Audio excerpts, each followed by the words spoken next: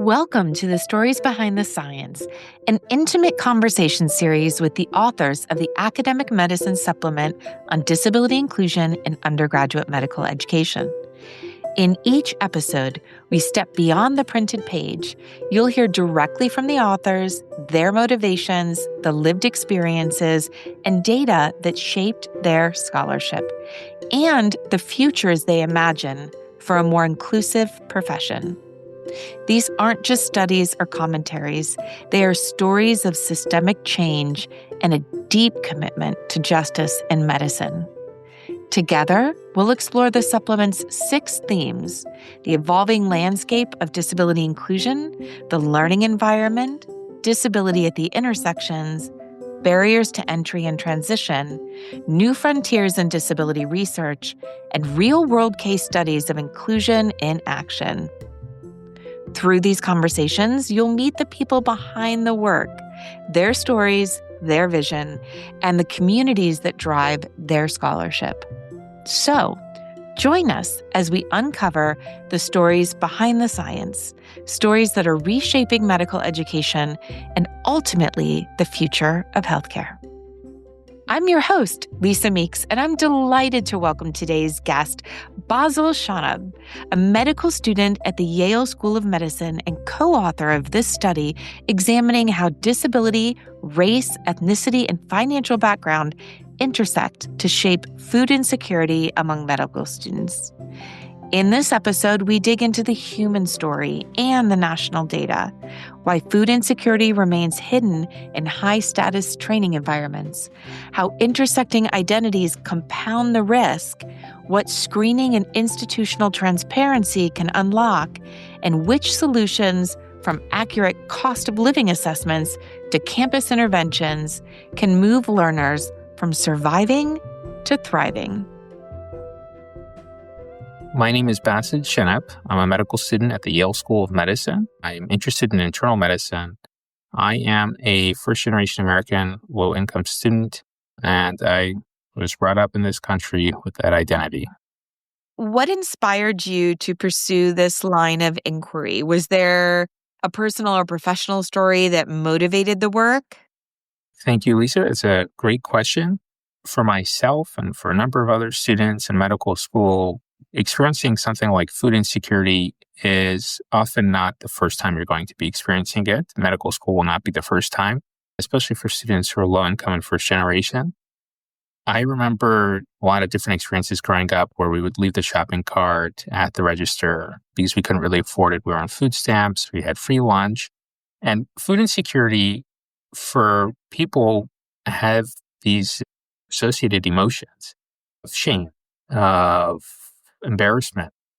And when you start to enter higher education, you compartmentalize that, right? And in K through 12 education, that free lunch program makes you feel like you're one and the same. Maybe you have a special little card and you wait in a different line from your classmates. But when you're in college, you're one of the few people who are visiting the food pantry. You're one of the few people who seem to know what Tupperware is, and everyone else is busy figuring out how to use Uber Eats and DoorDash, and you're probably contemplating how to join one of those programs and start delivering the food to make some money.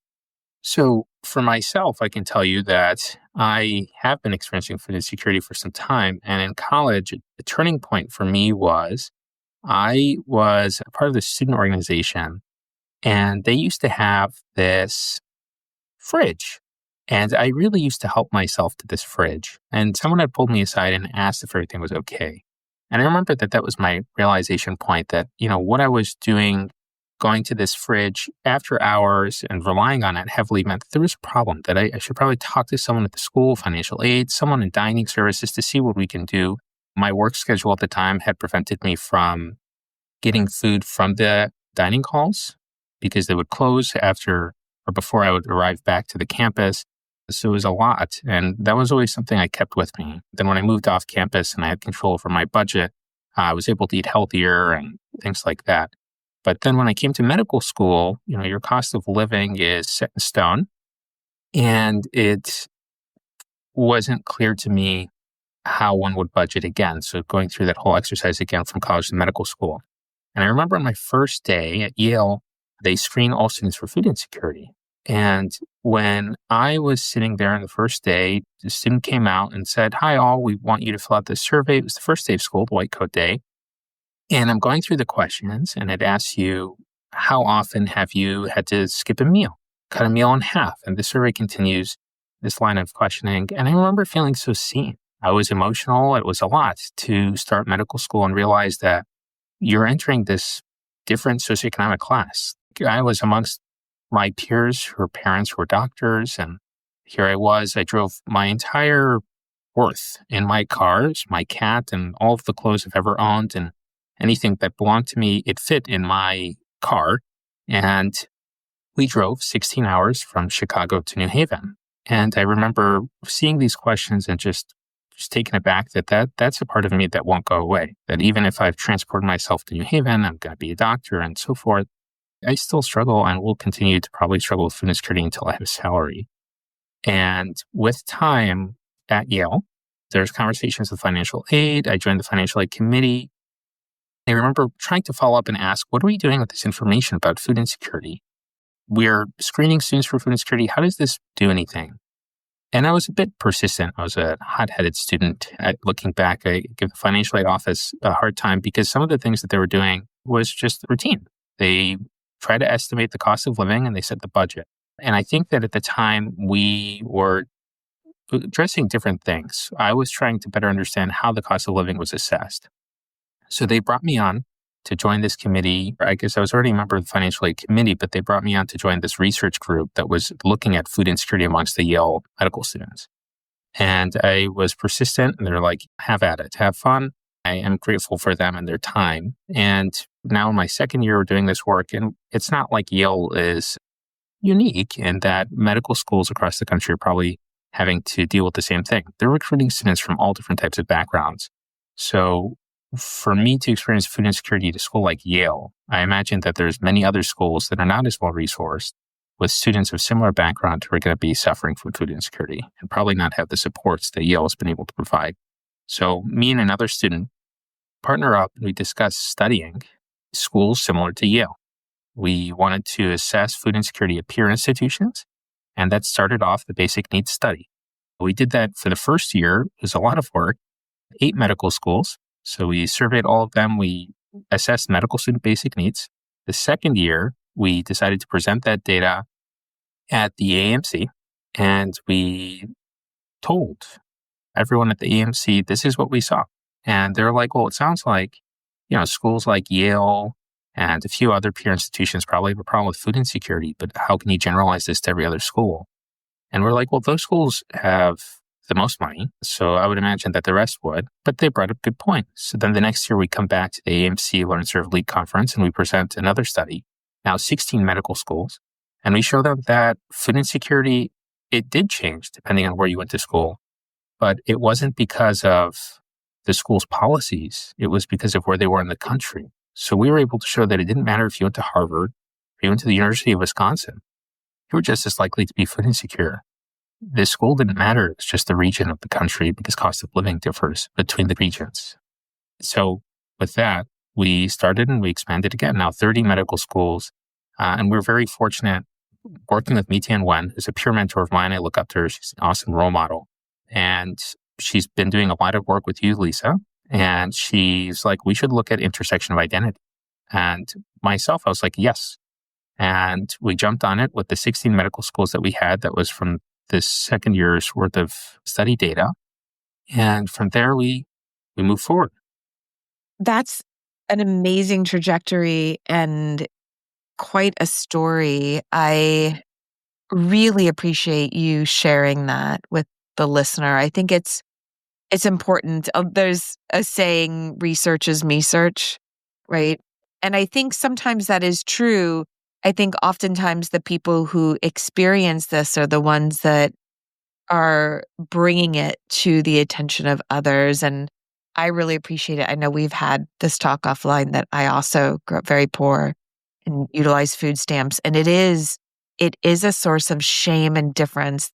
And I can't imagine being in medical school where there's so much privilege and having this. I feel like the feelings of insecurity in general or shame in general might be exponential.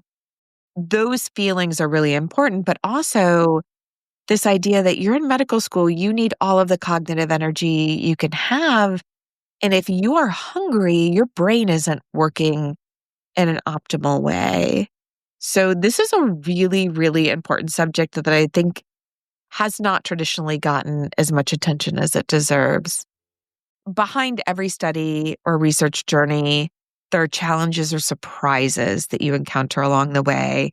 You've shared some of the results already with us, but what surprised you in this study? It's a great question. This is just my perspective. But when we're putting together this large cohort of schools and working with different students across the country, sometimes I've failed to recognize that not everyone has the same perspective. So something like food insecurity for some people could be that old, stereotype that people say, well, students aren't budgeting the right way. Students don't know how to cook. And when we were trying to convince students across the country to work with us on this, it's not only a time ask, but it's this shared mission. Believe in what we're saying and see if this is worth it, right? And when we talk about something like this, they don't necessarily have the same upbringing or perspective or maybe the energy. They're like, no, I don't want to work on this. So for us, the biggest surprise was knowing that some medical students didn't want to work with us. There are some students who are like, I don't know why this would be a problem, or I don't really think this is worth it. And we would talk to their deans at those schools, and the deans would say, yes, we want to work on this. And we're like, well, there's no students, and this is a student-run project. We really think it's important for trust and making sure that students feel comfortable participating in the study. But their student leaders weren't very interested, and that was a bit surprising. But with all the students that did work with us, it was a shared mission. It's every time you go to those conferences, hugged. I'm not necessarily a cold person, but I'm always surprised to be hugged as an adult. And these are people that you've never met in person. You've met them entirely through Zoom. And to just feel so warm and to treat each other as friends, it goes to show you, to what you shared earlier, that this is an identity that you carry with you. And almost every student leader that we're working with is someone who is first gen, who is low income, who's experienced food insecurity, who's working on this type of initiative at their school before we came along. And they're like, I believe in this shared goal. So to me, I was surprised when there were students who didn't feel that way. And there could be a number of reasons as to why.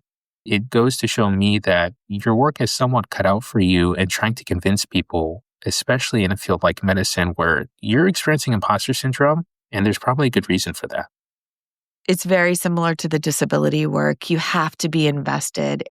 The desire to publish or build your career on scholarship is not enough. You have to believe in what you're doing and you have to be committed.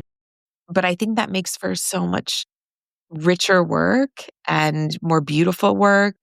I love what you're saying about people feel so much emotion and so much connection to the work and to you as leading it, that there's this genuine friendship that transcends the fact that you had never met before.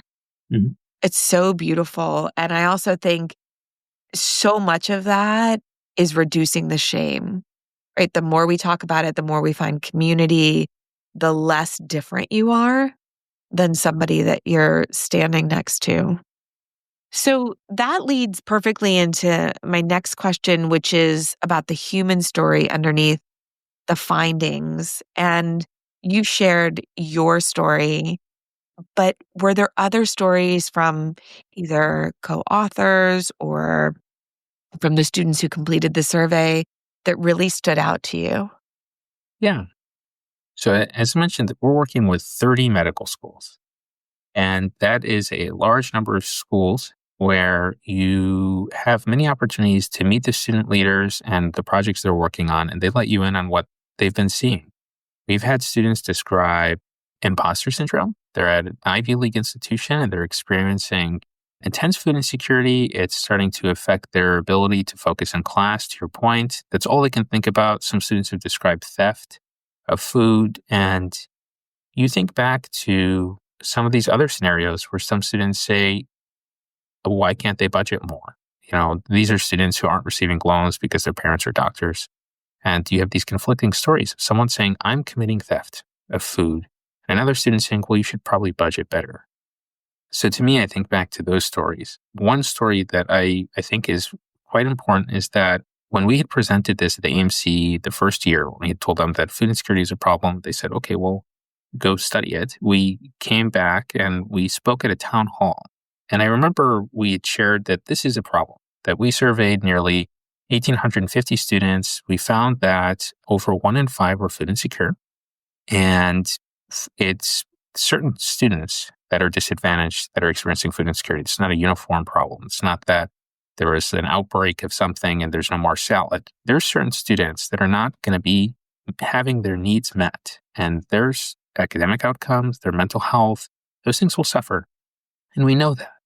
And the response at the time, this was in a town hall, they turn back and they say, I want to remind everyone in this room that it's not just your peers, but also your patients.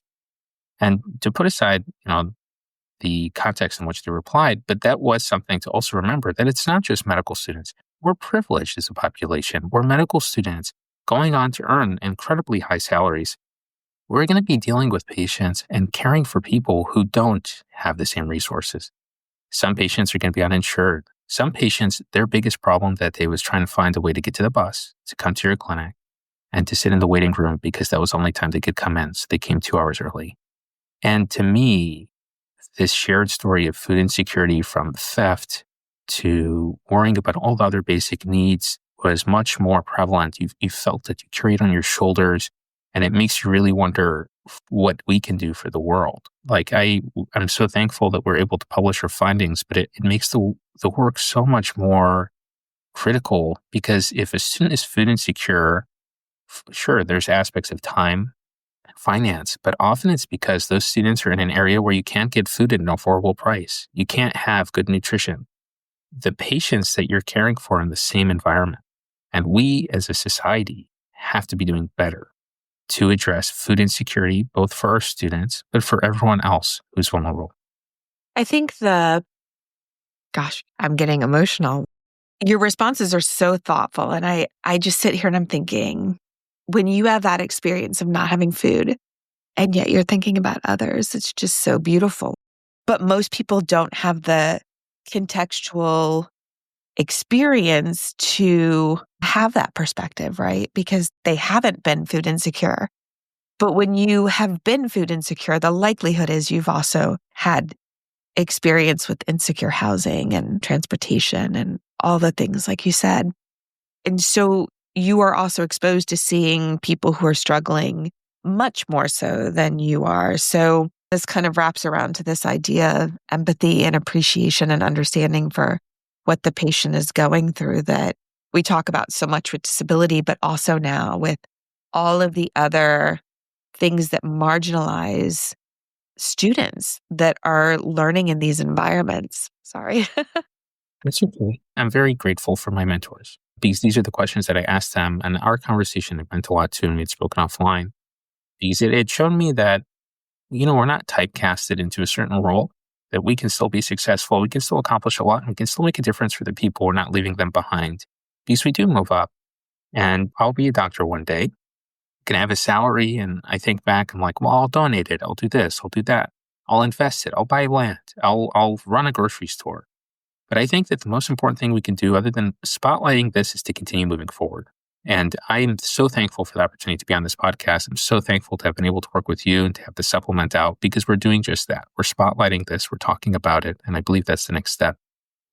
I agree. And it didn't hit me until just talking to you now, like just feeling so sad for all the students who are experiencing this and experiencing the things that go with it that are unnecessary, like the shame or feeling like you have to find food. So it's different. And I appreciate you coming on and talking about it. I mean, this is what this is all about, the stories behind the science. It's one thing to read this paper. It's another thing to know that the people that built this paper have this experience. Well, you've brought up a really great point about the fact that we can now talk about it. It's in the supplement. People are going to see it. But what do you hope the reader and now podcast listeners will do? How do you want them to apply the lessons from this paper to their work? I think that's a great question. We're now in the modern day where every day you look at the news, it's something that probably shocks. And I hope that this paper and the papers that we continue to put out don't necessarily add to that, but it does make you think that you can do something about it. What you can do when you're knowing that there's students who are food insecure, but you don't know how many, is drive the initiative to assess that. Start screening students. Get a baseline. So that way, the next step could be, how do we address this problem? Is it an issue with the cost of living assessment? Are we estimating it correctly depending on the student population? We have shown that certain students are food insecure. And it wasn't uniform. Students of color, students with dependents, students who have received the Pell Grant, these are often students who are low income, and first-gen students were more likely to be food insecure.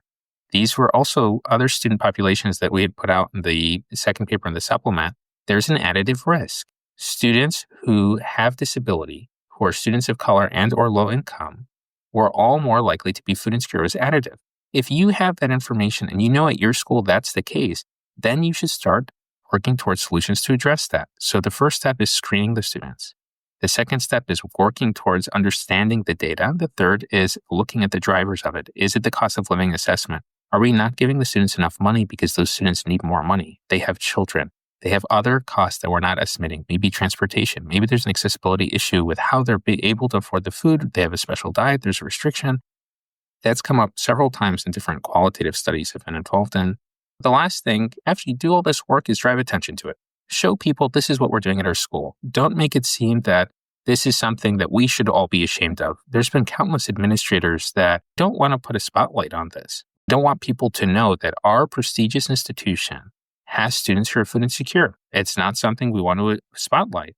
And I don't think that that benefits anyone other than drives the problem that you have and often probably perpetuates it. You're going to have students who think that they're doing it alone, that they're not worthy. They deserve to be food insecure.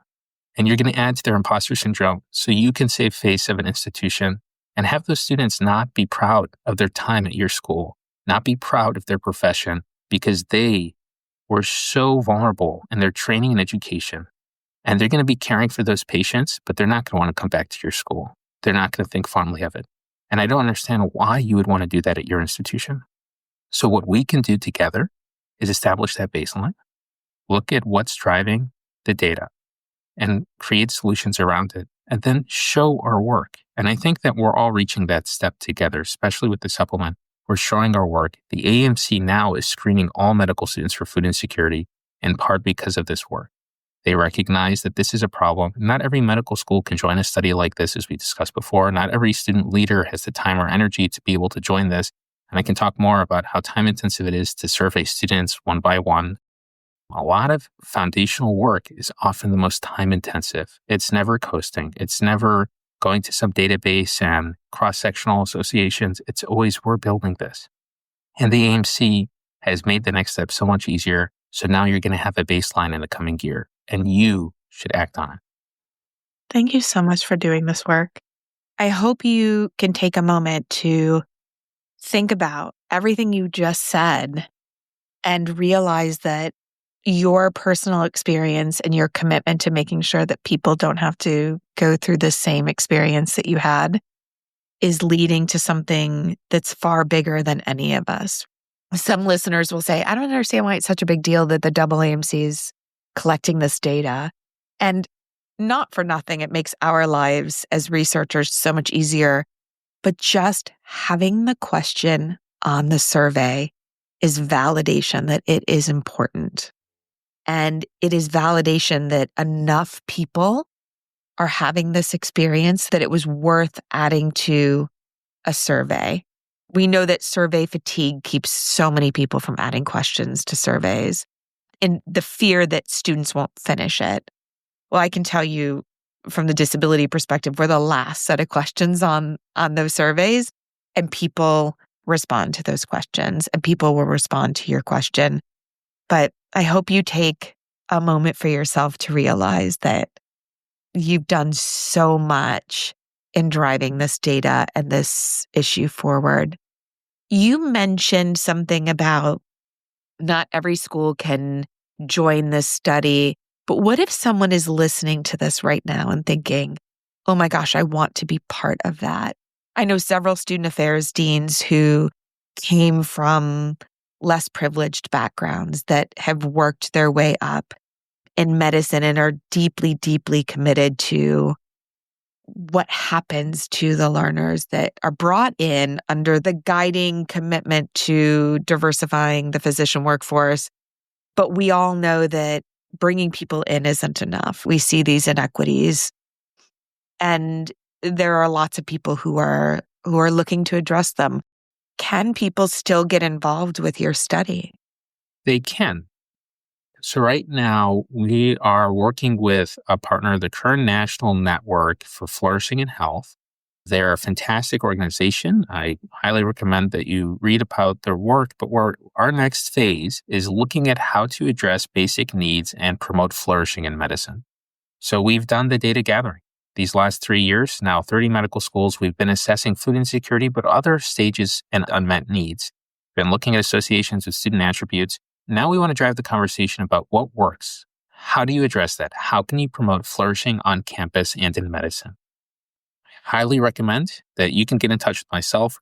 There's a number of awesome opportunities and collaborations, and we can talk more about how we can promote this network. They're an awesome organization that I've had the pleasure of working with this past year, and they've been working with us and giving some of the schools that we're working with the seed money to promote flourishing on campus. Some of the schools are using a food pantry of sorts. Others are looking at how to promote more engagement with farmers markets, community gardens. And as you know, the literature does show that working adults in the population benefit from these types of interventions. And I hate to talk so technically. I want to say that it does good things for you. And that the next step, just reach out to us and we could talk more and start a K&N chapter at your medical school and how we can promote flourishing at your school and make sure that all students thrive on campus. That's awesome. Okay, so this is a question I've been dying to ask you. This was really your first entree into the disability work. This was the first time we've worked together. Was there a moment in the research or the writing process where you had a shift in what you had thought about disability and or even perhaps your perception of disability and now how you feel about disability now that you've been part of this work? It's a great question. This was our first opportunity to work together, but I've met you before and I've read all of the work that you've done in the past. Your decade of work that you've been really promoting in 2016 and onwards. You've been doing much more work since and before then, but in 2016, you had published a seminal work and it had shown this is the different types of prevalence of different student disability. And I thought that the method in which you had approached the survey was so novel. It approached different administrators at different medical schools. And it was a source of information that no one could question, that those are the most credible human beings. And it had made the work much more powerful because you weren't kind of locked into a smaller journal. You weren't typecast into a certain narrative and you went forward with it. And when I had the pleasure of meeting Mitian years later, and then the study had started and she talks to me about a collaboration, she said, we should do something together. She mentioned that we could work with you. And I remember thinking, I don't have any disability. And it's not to say that I can't have the perspective. I have sympathy, but I do recognize that there is a different experience, that I myself have never had to go to a disability coordinator and worry if someone's going to question my ability to handle medical school. If someone's going to say, maybe you shouldn't be taking this exam if you're not cut out for it. So the writing process for me was more of an academic exercise in knowing what is the data out there. And it was largely around this cost of living assessment. How do we better assess cost of living for students with disability? And it's maybe surprising, but probably not, that it's largely around physical disability. A lot of the literature that looks at accessibility for people with disability and food insecurity and transportation instability is about physical disability. Oh, this is the cost to go and have an accessible vehicle or to take public transport. But in the medical student population, there's more than just the students with physical disability. There's many other types of disability that we don't acknowledge, and those are just as important. There's students who, for many different reasons, aren't able to have a certain diet. So for me, it shaped that we have major gaps. There's more work to be done. Yeah, I think it's important. All of the work that comes out of my lab is disability informed and much of it is disability led, but it's also really important to have people without disabilities as part of this, as seeing this as an important topic. Individuals with disabilities are changing the narrative, right? But who are they changing the narrative for? And it's people without disabilities. And so building that awareness, just like you're building awareness about food insecurity for people who have never had that experience of being food insecure, is really important because it's not part of what they have grown up understanding. And so I think it's really, really critical for people that are doing work outside of disability to think about the ways in which they can integrate disability into their work. Your paper contributes to a larger supplement, obviously the academic medicine supplement on disability inclusion in undergraduate medical education. I don't know if you've had a chance to read some of the articles, but I was wondering how you see your work fitting into or advancing this kind of broader conversation that we're having now on disability inclusion. I have reviewed some of the papers. I think that I'm very thankful that academic medicine is a journal, and I think as a whole is moving towards recognizing that disability in medical education is something that we should be paying attention to. Especially to your point earlier, if we're trying to diversify the physician workforce, and it's more than just this focus of just having every person in the picture that we're putting on a banner. It's about making sure these students are supported. So having these types of research efforts are quite helpful and insightful for us to actually do something to help these students. And I think that this supplement and my work fitting into it, the many other wonderful papers, drives that conversation about doing more for students, from students who are pre-med and their outcomes in medical school, from the students who are going on to residency, student experiences, some students describing harassment and mistreatment. And then now we have work reflecting food insecurity, and there's other work on academic outcomes. I think now more than ever, the conversation that we are having would have been different a few years ago if this had been happening a few years ago, the supplement, because we're back on the back foot of justifying it again and showing that this is important. And what can we do in a resource limited setting? Because we don't necessarily have the same resources as we once had to do more for students. Different offices have been shifting their focus. Their budgets have been trimmed. And this conversation is now about how to do more for students on a leaner budget, how to be more agile. And I think that our work on food insecurity is similar in the same bucket because you can't change the cost of living assessment if students can't borrow as much as they need to borrow. And now it drives a conversation about structural inequity. What can we do as a whole? Because now we can't have tailored solutions to the students, which we know would be ideal, but now it also drives an opportunity to do much more for every student. How can we change the entire school? Because we don't have a choice. And I think that that's what this opportunity is now. Despite the limitations and the context in it, it would be ideal if we had started like that. But now I think that we're in a situation where if we want to make sure that every student succeeds, we're going to have to do the work to make sure that every student succeeds. It doesn't have to just be the students who have disability, the students who are students of color, students who are low income first gen, students who are from rural backgrounds and so forth. It is every student. And because we've changed the context, the office, the budgets that would do that, now the whole school has to do that.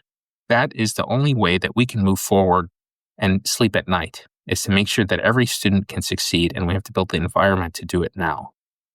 One of the things I love about your paper, and your paper is getting a lot of buzz, by the way. I don't know if Mitian has shared this, but it's getting a lot of buzz when we talk about the supplement and when people are talking about the supplement to me, they always bring up this paper. I think one, because it's so novel and people haven't thought about it before. And two, because the findings are striking, right? Truly striking. But for me, one of the things I love about what it's contributing to the conversation is that it's kind of rounding out this evidence to support the idea that this is not a meritocracy. So as you suggested, we've had this shift in the last year, especially, where there's a call for a system where we're not thinking about individual groups and giving them any sort of support that might feel like an advantage. But what the evidence shows us is that not only is that not possible, we're not all starting from the same place, but that the majority of medical students that are coming have succeeded enough to be admitted despite considerable gaps and deficits in a myriad of areas. It really, for me, tells a different story of, oh my gosh, these learners are among the most resilient, persistent, creative learners we have. And look at the gaps that they're facing, look at the barriers they're facing. And yet 98% of them are still succeeding. And what does that tell us about this group? And what should we be tapping into in these groups that is so amazing that they've been able to do this? And they shouldn't, I'm not suggesting in any way, shape, or form that they should have to do that. We should be creating systems where people are having equitable experiences, but to date, they're not. Hopefully, your paper drives home at least one area where schools can really, really improve. One of the things that I try to do in my papers is in the acknowledgement section to thank people who were not authors on the paper, but that really sparked kind of this interest or this inquiry. The ideas, oftentimes for me, it will be reviewers that said, oh, I wonder about this.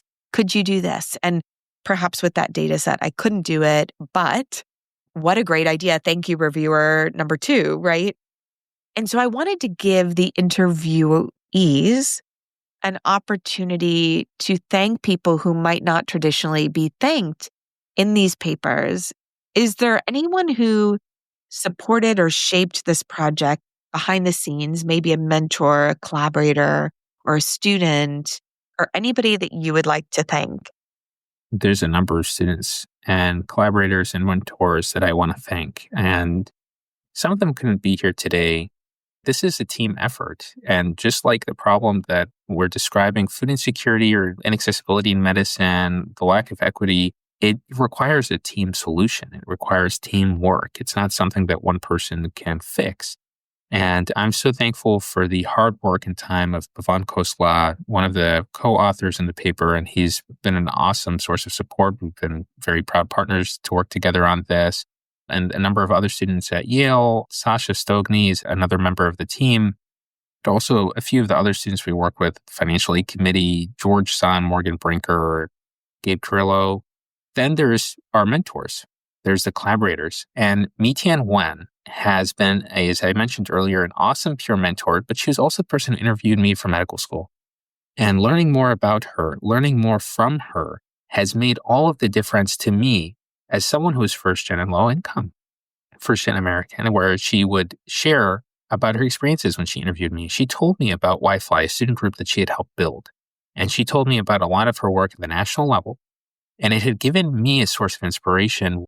Another peer of mine, she's now graduated, she's a resident, Hong Gwen, we were now the co-leaders of this first-gen low-income group, and we were like, well, how can we make this place better? And it was awesome to have a friend like that. And we had approached people at the AMC. We're like, we want to look at outcomes of students who are first-gen low-income. And the AMC was like, well, you should probably reach out to Mi-Tian and Dr. Boatwright, Down Boatwright. And we're like, okay, we will. And I am so thankful for Jay Young-Claus at the AMC for connecting us again, just building that, strengthening that connection with Mi-Tian, but also all the other people at Yale who supported us, our Dean of Student Affairs, Dean John Francis, Jessica Luzzi, Laura Ment. These people were not only administrators, but they were people who heard the story. They said, you're right. Go and work on it. Go show us. They're at Yale. We've been doing this work since 2019 before I've come. And I'm so thankful for the endless opportunities that Yale has ensured was there. And I'm so thankful for Yale for that. And then from there, we built the research network out to work with Lisa, to work with Cindy Long at the Harvard School of Public Health, to work with Noor Hamad, who's also there, and a number of other student teams across the country. And I can continue going on forever and ever. But they are the people who made this possible. They are the people who stood in front of their peers and said, please fill out this survey. This is why it's important. They are the people who are taking the data reports that we give back to them and they show their schools, this is what we found. This is what we have to do moving forward. And it's them ultimately who are driving this work on each of their campuses. We're the central hub. We've come up with the idea, but we're not the change agents on our own. They are doing the work on the ground.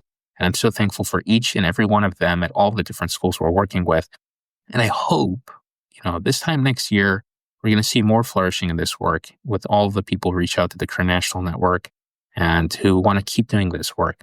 Well, I will agree with you. I love Yale. Yale's always been an exceptional partner for years when it comes to the disability domain and work. And John in particular has been such a champion.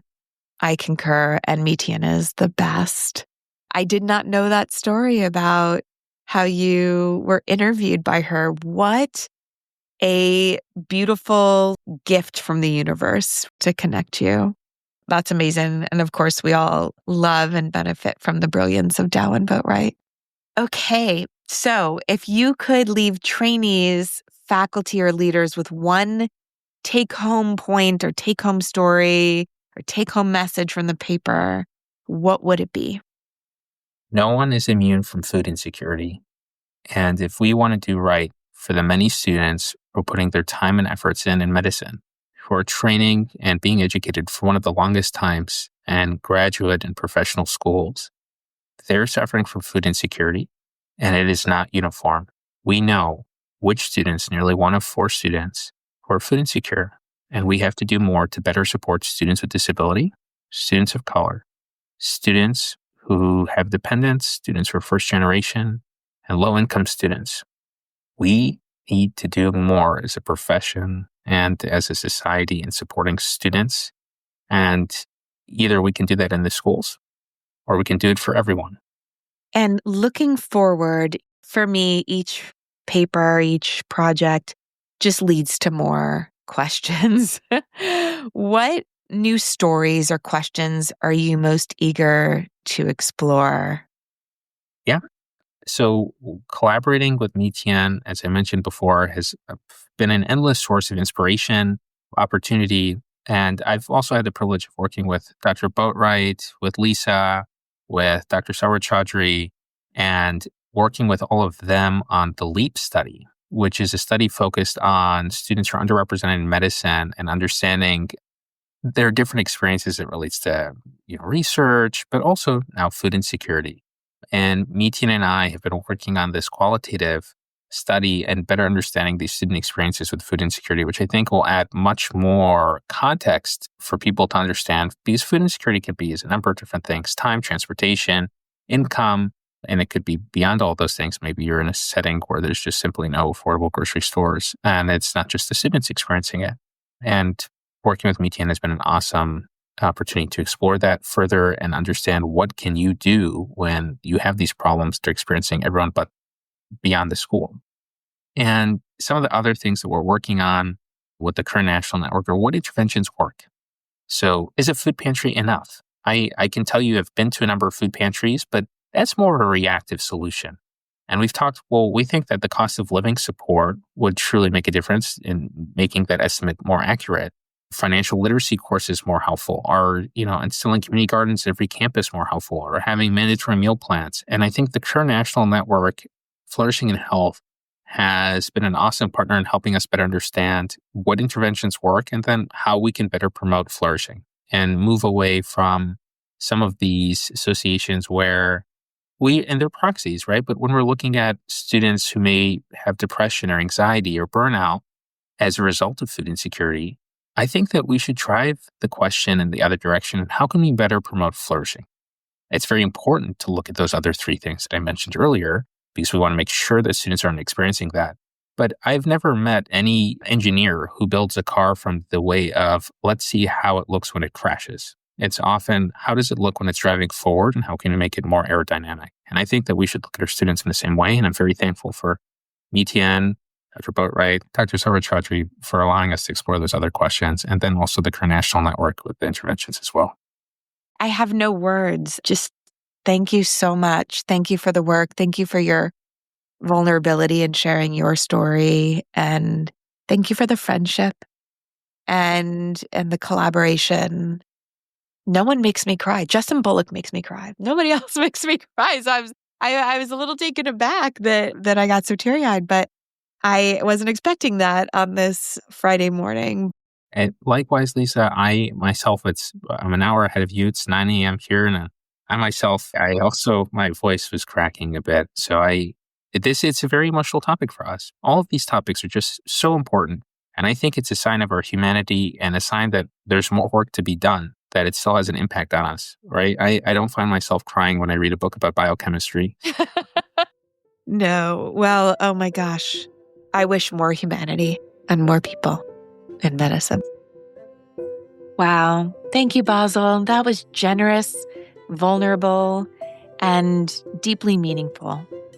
What you've shared today goes far beyond the numbers on a page. It's a reminder that food insecurity isn't abstract.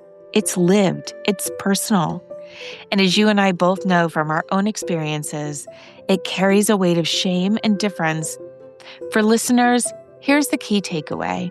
This paper shows that food insecurity is patterned by disability, race, ethnicity, and financial background, and that it directly undermines medical students' ability to learn, belong, and thrive. The solutions are clear.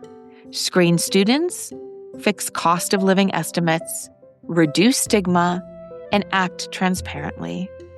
This open access article lays out the data and recommendations in detail.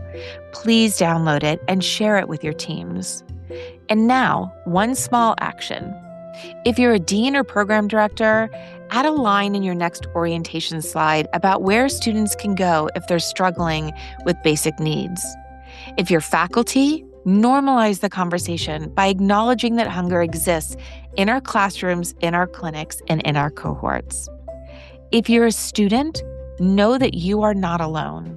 Bring this paper into the room as evidence, as a tool, as your voice is amplified. Want more?